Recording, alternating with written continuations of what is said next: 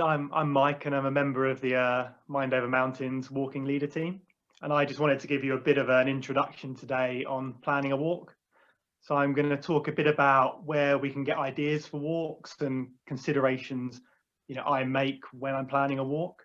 And I'll talk a little bit about getting weather forecasts, and then at the end, just a few kind of top safety tips. So I think one of the best resources for coming up with route ideas is just free sites online. I've just put a bit of a selection on here of some of the websites I use, but there are many more. Ordnance Survey have a really good page called the Discover Routes page, and that's what the picture in the top right is. And it's an interactive map where you can search for the length or distance you want to walk, and they're all nicely graded into kind of green, orange, and red. And that's a really good resource. There's also a lot of walking guidebooks around. I think these are a good thing to get if you're visiting an area for a kind of longer period of time. It can give you a nice selection of routes in that area. And there are also a lot of walking magazines which often have cut out routes in the back of them you can take with you. And I think you can either follow these routes as the route author intended, or you can just use them as a kind of initial source of inspiration, and then change the route to kind of suit what you want out of the day. What I'd always do is get a physical map and put the route you've got onto that map, because if you're just following a description, if you do kind of make a wrong turn at any point, it can be quite hard to then relocate yourself if you don't have that paper map with you. And then just a final way is just to kind of get a map and make up your own route, which is really good fun, and something I've been doing a lot of when I've kind of been more restricted to my local area. In terms of map options, there are a couple of main providers of maps in the UK. They are Ordnance Survey and Harvey's. Ordnance Survey are really good because they provide mapping for the entirety of the UK wherever you are. I'd recommend for walking using the Explorer 1 to 25,000 scale, because that's a really large scale which gives you loads of detail and is really good for navigating on foot. Also, when you're newer to navigation, having that large scale gives you lots of feedback as you're walking and can give you some extra confidence that you're on the right track. Ordnance Survey, they do a kind of standard paper map and also a laminated waterproof version. If you buy the paper map, you need to get a waterproof map case to go with it. Whereas if you get the laminated one, you can just take that out. The laminated version is also good for just kind of scribbling your route on, and then you can wipe it out later. Harvey's maps are also really good. They do a 1 to 40,000 scale, which is actually quite a nice balance between the 1 to 25 and 1 to 50 that OS do. And that's a map I use quite a lot in mountainous areas. But the disadvantage of the Harvey's maps is they don't cover the whole of the UK, only the more kind of popular hill and mountain areas. There's also various electronic maps and apps available. So Ordnance Survey have their own software, the OS Maps app. If you buy the paper OS map, they give you a code which you can use with the app, and that will let you download the map to your phone, which is really nice because at any time in the day you can just open that up and pinpoint yourself exactly. So that can be a really good additional navigation tool. One thing I'd recommend if you're using the digital mapping is to download the maps to your phone before you go out for the day, because if you don't have signal when you're out, you might not be able to load the map up. And also, if you've downloaded the map, you can leave your phone on flight mode and the mapping will still work, and that will save your battery during the day. If you don't buy the paper maps, you can also get a monthly or annual subscription to Ordnance Survey mapping. But I would always recommend having a a paper map as your primary source of navigation, and then having the electronic mapping as a backup. Ordnance Survey also have a free app called OS Locate. Whilst that doesn't provide you with the actual picture of the map, it does give you your grid reference. And that's a really nice thing to use with a paper map to just confirm your location or relocate yourself if you're lost. To find the map that you need for your walk with Ordnance Survey, they have a really good interactive map finder online where you can just zoom around the map or type in a place or postcode, and it will show you which map you need and the boundaries of that map. So something I've enjoyed doing in kind of lockdown is just getting out a map of my local area and trying to put together, circular routes, avoiding as many roads as possible, exploring paths I've never been down before. Probably a good high level summary, because I don't really have time to cover it all now, is just the green dash lines on an Ordnance Survey map are your rights of way. So they're a good starting point. And this bit of map here is not a very big area. It's just kind of just over 3 kilometers across. But as you can see, there are so many rights of way scattered around here. And there are so many different routes you can make up even near your home.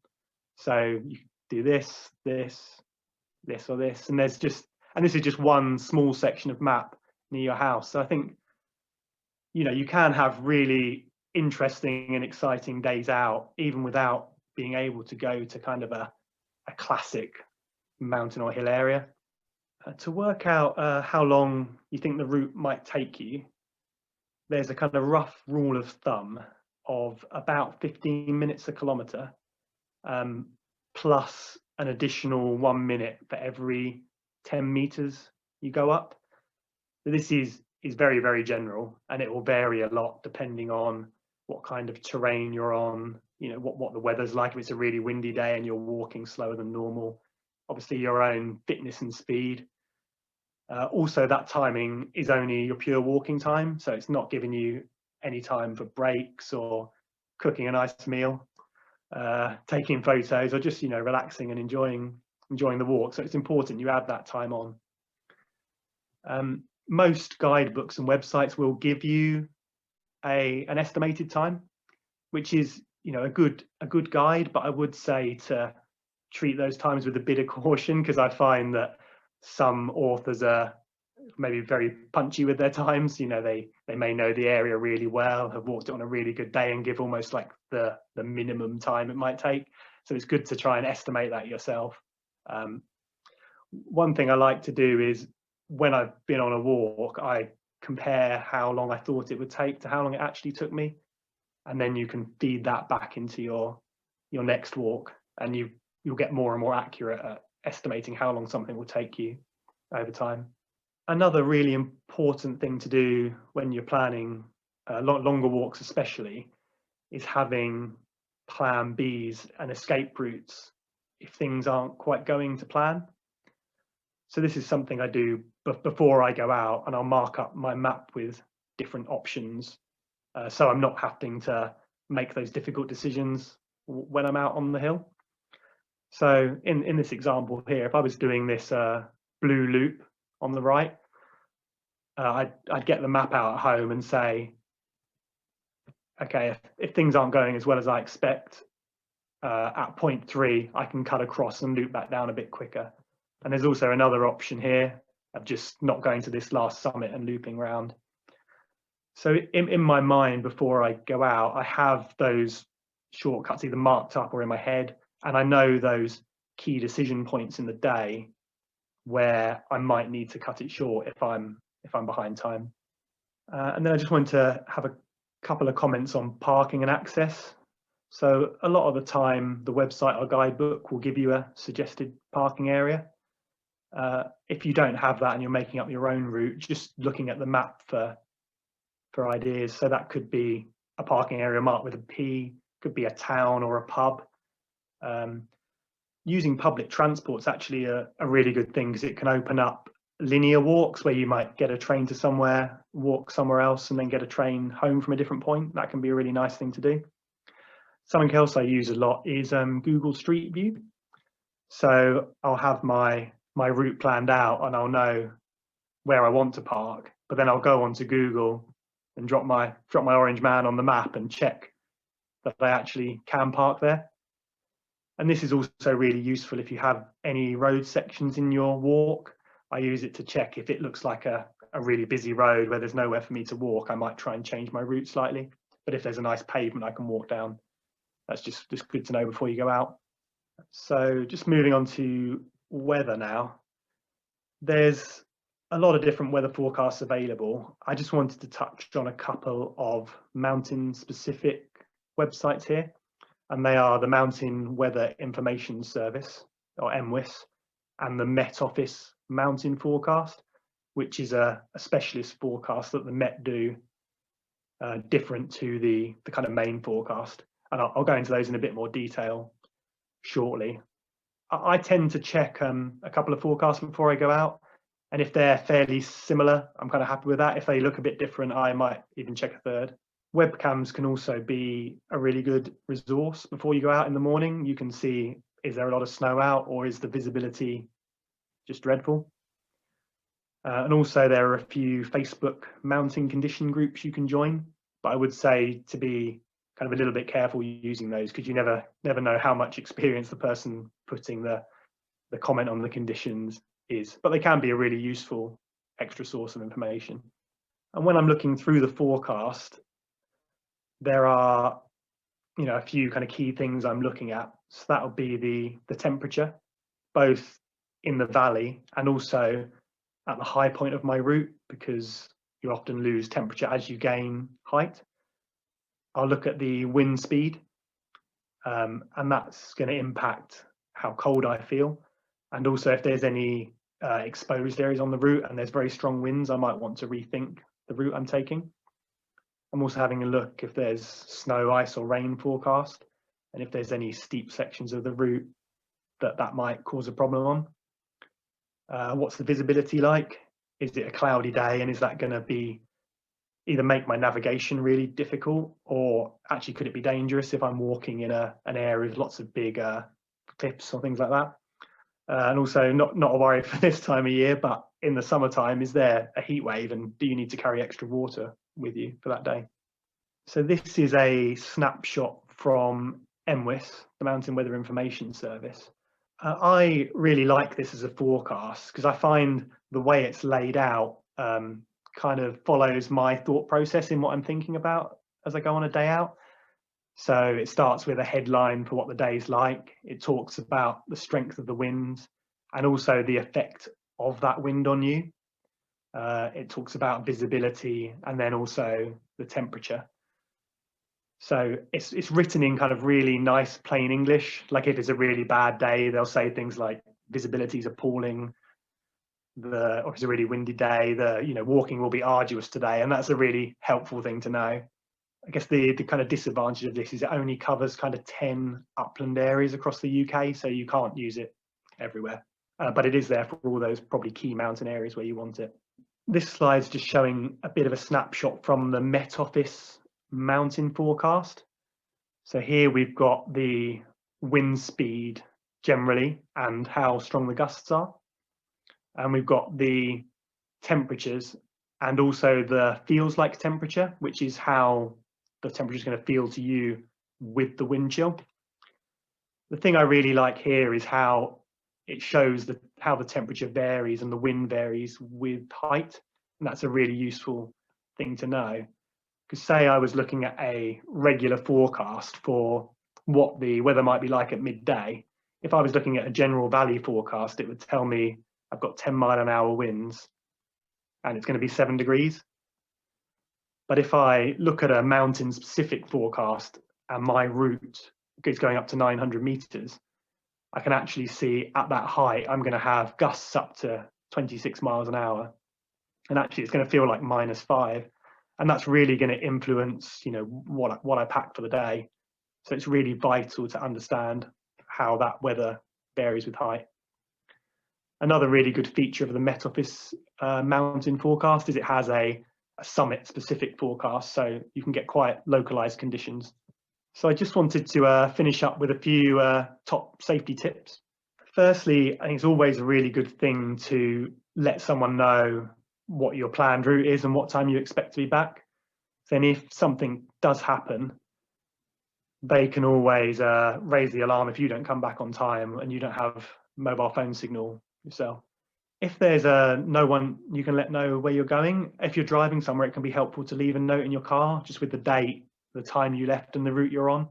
And that could also alert emergency services if you don't come back. I think before you go out, always good to fully charge your phone and keep it on flight mode as much as you can during the day, because particularly in hill and mountain areas, the signal's often very bad. Your phone's constantly searching for signal, and that can really drain the battery. Also the cold, I'm sure we've all had problems where in the cold our phone just dies when we don't expect it to.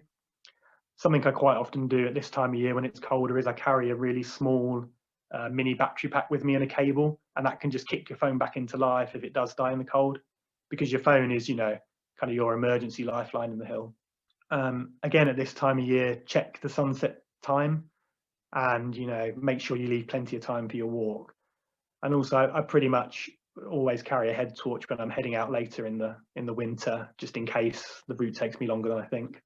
As I mentioned earlier, just always be flexible. Don't get a route set in your head and say I have to complete this no matter what. If it doesn't work on the day, just be happy to turn around or take a shortcut. I'd really advise downloading the OS Locate app, because that can just give you your exact location, either for relocation purposes or if the worst does happen, you can give an accurate location to Mountain Rescue. So this is what the app looks like over here, and just make sure you give them the 2 letters and also the 6 numbers. And then kind of final tip is there's a 999 emergency SMS service. So you need to register for this at home before you go out, but you can do that by texting register to 999. So this was originally developed for when people couldn't use the phone to call 999, but actually it can be really useful in areas where you might have more patchy signal and you can't make a full voice call, but actually you have enough signal just to send a quick text message. So if you in that message include the word police and then the details of what's happened, and then your location or the grid reference from the OS Locate app we mentioned. If you do have to call Mountain Rescue, you can call 999 or 112. So there's no difference between those 2 numbers, exactly the same thing, except that 112 also works in Europe. And then you ask for police and then Mountain Rescue. The blue box here just kind of summarizes the kind of information that they'd like to know if you do phone them. So again, your grid reference, so having that OS Locate app's really, really useful. Any details of the casualties, nature of the emergency, number of people, and also your phone number, so they can call you back with updates on what's going on. So in terms of what you can do next, I'd say get a local map and plan your own walk. Download that OS Locate app. Register for this emergency SMS service. Don't forget your plan B, and mostly just go out, explore, and have fun. I mean, if you do want to learn more, any of the Mind Over Mountains Mountain Leader team can give you more help and advice if you can join us on one of our reconnecting rambles, which fingers crossed we can start again soon.